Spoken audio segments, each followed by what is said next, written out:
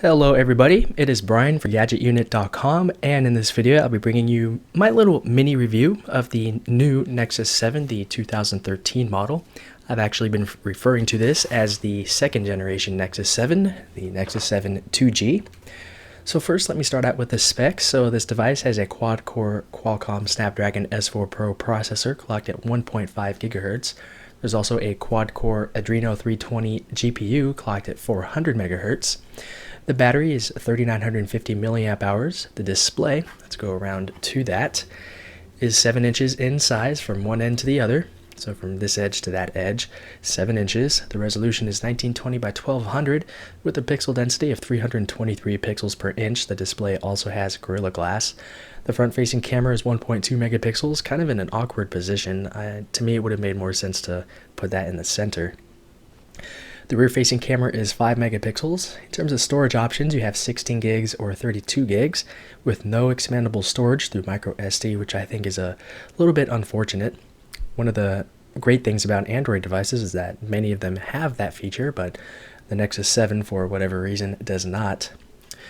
The rear of the device features dual rear-facing speakers, and this sort of gives you a virtual surround sound-like audio experience, and this comes courtesy of Fraunhofer. And really, in terms of specs, that's about it. Oh, it also has 2 gigabytes of RAM, so that makes it so that you can keep plenty of applications running in the background. Let's talk about the design. The back has sort of a soft touch texture to it, so it feels nice and it's a bit grippy to hold because it's not glossy plastic. This doesn't attract too many fingerprints. There's a little bit of smudging going on, but otherwise it's not too bad.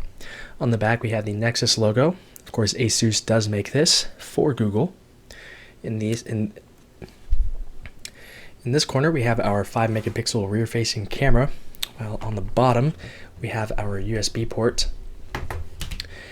On the right side of the device, we do have our volume rocker and our power button. At the top, we have our 3.5mm headset jack, while on the front, it's pretty much a big slab of glass. We have virtual navigation buttons, one for multitasking, one for going to your home screen, and one for your typical back button. So in terms of the design, it's pretty simple, it's very minimalistic, and they executed it very well. So ASUS is used to making pretty quality hardware, and the Nexus 7 definitely shows this. The build quality is very good, it's a very solidly built device, no creaking, and it just works really well. I'm a big fan of the design, it's incredibly simple. So let's move on to the display. It has a pixel density of 323 pixels per inch, so text is very clear, images look sharp, colors are very well reproduced, viewing angles are as good as they can get. Pretty much any angle you put your device in, the colors will be just fine. I don't think my camera is really showing that too well, but really once you look at this in person and you're moving it around, all the colors pretty much remain the same no matter what angle you're looking at. The display right now is at full brightness, and it looks very good. One thing though is that with most devices, when you're running at full brightness, it can really drain your battery, and that's definitely the case with this particular device. So when I've been using it, I've just been leaving it on auto brightness, which seems to work very well. For this actual video, I'm just going to leave it at the maximum, because you could see that it was sort of flickering a little bit. So the speakers on the back sound very nice when listening to music. Like I said, you do get sort of a surround sound effect when listening to some songs, and it's despite the speakers being faced behind you, they do sound quite good. So listening to music, watching movies and TV shows, you're going to really enjoy that with the Nexus 7. In terms of software, this runs Android 4.3. That's the latest version of Android, which is probably going to be outdated in a couple of months. I'm just kidding, but Android 4.3 is definitely the latest. I can show you that through settings. For most people, it doesn't really offer too many new features. One of the more notable features is being able to add multiple users to a device. There's also a mode specifically for your kids, so you can lock them out of certain applications. You could lock them out of certain levels within games, for example, and of course you could lock them out of in-app purchases. So again, this does run Android 4.3, a completely stock version of it, and of course this is a Nexus device, meaning that this will get the latest Android updates faster than your regular smartphone or tablet from the likes of Samsung.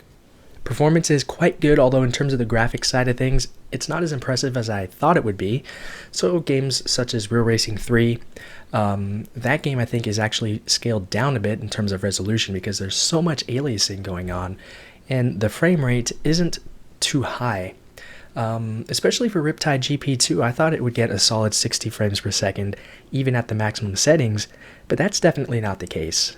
But it would just kind of go all over the place depending on how much things are in view. So I think that graphics performance isn't really as good as they're claiming it is, but it's still great for what this is. It's a 7-inch tablet that's still plenty powerful, that can still handle these top-notch games at good frame rates. I'm just sort of a performance junkie. I like getting 60 FPS and everything, at least on the computer side of things, but for a tablet, this really does do the job well. In terms of general performance, applications load incredibly quick. All of the animations are snappy and smooth, so on that front, everything is just fine. Battery life is quite good. Now, I don't have any specific numbers, but as long as you keep the brightness a bit low or on auto, I think that's the recommended setting, you can easily last a couple of days, maybe even more depending on how much you actually use the device. I use the cameras just a little bit. The rear-facing camera is 5 megapixels. To be honest, it's not that great. I would still only use it for emergencies because chances are that the smartphone that you probably have in your pocket has a much better camera than this, especially the front-facing camera. So as I said, this is sort of a mini review. I didn't plan on doing a detailed look at this because I'm personally not a tablet person. I picked this up at Best Buy just so I could really give it a try because it's really what's happening in tech at the moment. It's the latest device out there for anything, so I wanted to give it a try. But, I mean, as a tablet, I would easily say that this is the best 7-inch tablet out there, easily beating the iPad mini. It's easier to hold with one hand. It beats it in terms of every spec imaginable. I do think that the tablet ecosystem on Android still has a long way to go. I think that Google added a tablet section to the apps section. Actually, I know they did because I saw it sometime. But really, most of the apps that you're going to run on a tablet are just scaled up smartphone apps, which is still a bit disappointing. That's where Apple really has Android beat when it comes to tablet applications. On the note of the iPad mini though, if Apple updates it with a higher resolution display and better specs, my decision might change. But for the time being, the new Nexus 7 is just a fantastic little tablet for getting things done. But again, I'm really not a tablet person. I left the tablet world last year in favor for a MacBook Air from an iPad 2 because I wanted something that's a little bit more practical for doing real tasks because it handles multitasking obviously better because it's an actual computer. I can do more with it. Some things are a little bit easier and more convenient on a tablet, but I would rather just get a computer, larger screen, better speakers, that type of thing. But as I said, the Nexus 7 is just a fantastic little tablet. It's for the price, $230, if you're looking for a smaller tablet, the Nexus 7, I believe, is the best way to go at the moment. If you have any comments or questions about this or anything else, feel free to leave those down below in the comments area. But that is it with this video. So thanks a lot for watching, and I'll talk to you all very soon.